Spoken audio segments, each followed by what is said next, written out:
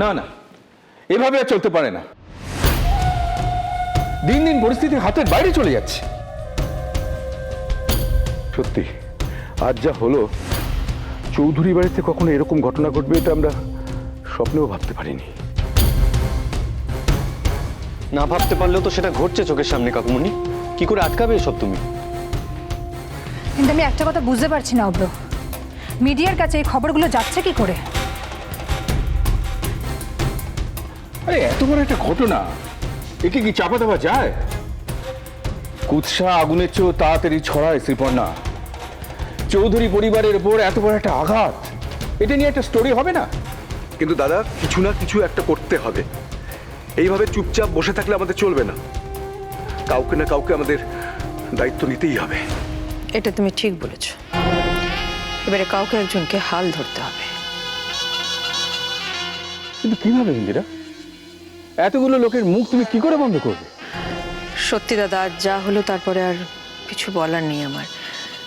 এই ঘটনা প্রমাণ করে দিয়েছে যে সব দোষ আমার। কাজেই আজ আমি আপনাদের সবার কাছে ক্ষমা চাইছি। এই এক কথা বারবার বলে কি লাভ ছোট বৌদি? এটা মুখের কথা নয় শ্রীপর্ণা। আমি আজ নিজের কাজ দিয়ে নিজে প্রায়শ্চিত্ত করব। আমি আমার ভুল শুধরে নেব আজ।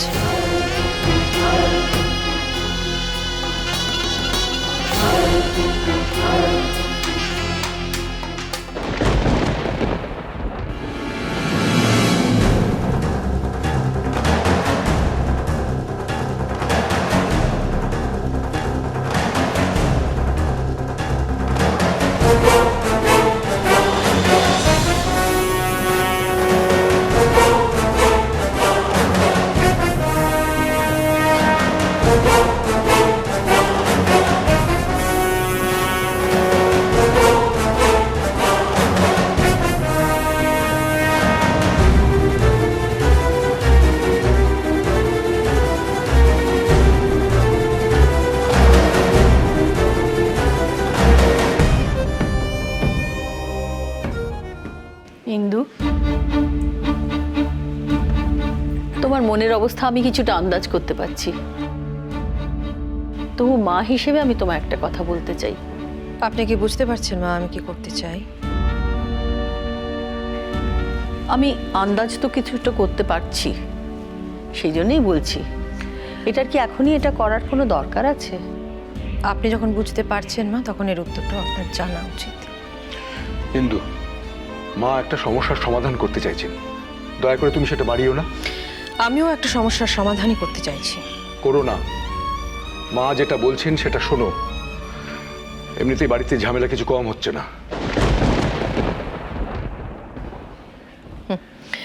ঝামেলা কিছু কম হচ্ছে না, ভবিষ্যতে এটা বাড়বে বই কমবে না। আর সেই জন্য আমি এটা এখনই সমাধান করতে চাই। দয়া করে আমাকে কেউ বাধা দিও না। ছোট মা, তুমি যেটা করছো তাতে কি দাদা ভাইয়ের বিপদ কিছু কমবে? আমি জানি না, সেটাতে যদি দাদা ভাইয়ের কিছু ভালো হয় তাহলে করো, না হলে এখন এসব থাক প্লিজ।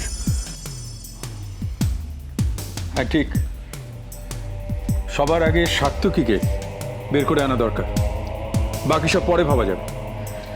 আমি পরের জন্য ফেলে রেখে কিছু আফসোস করতে চাই না দাদা। মা, কি করতে চাইছো সেটা একবার বলবে? বাবা, এখন তোমাদের পারমিশন নিয়ে সেটা করতে হবে বুঝি? তুই এইভাবে কেন কথা বলছিস ছোট? আমরা তোকে কিছু জিজ্ঞেস করতে পারি না? নিশ্চয়ই পারো দিদি ভাই, 1000 বার পারো। কিন্তু কি বলো তো, এতদিন বাদে এই সমস্ত প্রশ্ন কষ্ট দেয়। দিদি ভাই, এতদিন অবধি আমি যেটা করেছি সেটাই তোমরা সিদ্ধান্ত বলে মেনে নিয়েছো। যাকে যা বলেছি সেটাই হাসি মুখে পালন করেছো সবাই। আজ এমন কি ঘটলো যাতে আমার উপর থেকে তোমাদের ভরসা উঠে গেল? কারণ এতদিন হাজার বিপদ থাকা সত্ত্বেও আমাদের ছোট বৌদি মুখ বুজে বসে থাকেনি। তার নিজের জীবন বিপন্ন করে সেই পরিবারকে বিপদের হাত থেকে রক্ষা করেছে। তার একটা সিদ্ধান্তে আমাদের সকলের মনে নতুন করে আশার আলো জেগেছে। কোনোদিনও তো এটা বুঝতে অসুবিধা হয়নি আমাদের ছোট বৌদি। তুমি এই পরিবারের ভালো চাও, প্রত্যেকটা মানুষের কথা ভেবে স্টেপ নাও। আমি আজও সেটাই করছি শ্রীপর্ণা।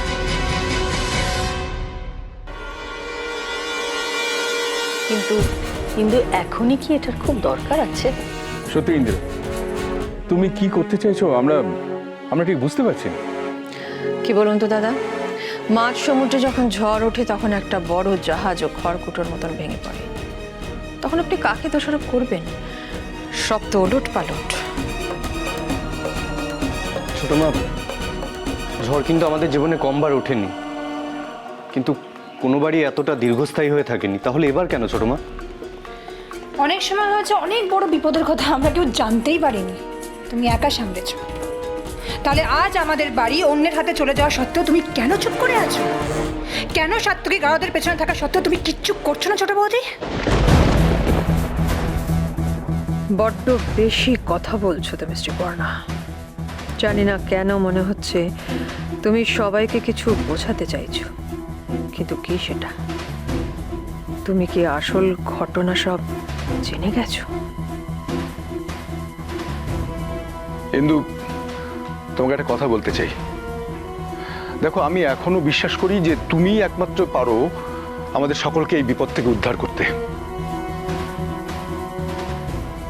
এই যে আমি আমি সবাই মিলে তোমাকে এতগুলো কথা বলছি, তার কারণ আমি এখনো তোমাকে ভরসা করি। ভরসা যখন করো তখন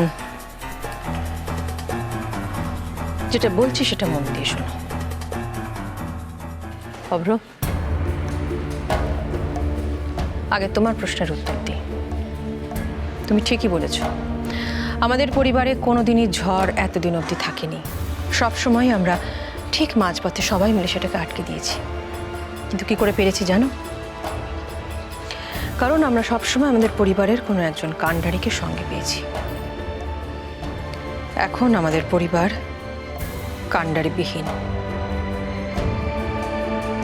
কাজী মা, আজকে সেই মানুষটারই দরকার যে আমাদের পরিবারটাকে আবার আগের মতন জায়গায় নিয়ে যেতে পারবে। আজ এই অবস্থার জন্য শুধুমাত্র তুমি তাই ছোট বৌদি। তুমি তো বৌরানীর হাত থেকে ওর সমস্ত দায়িত্ব নিজের হাতে তুলে নিয়েছো।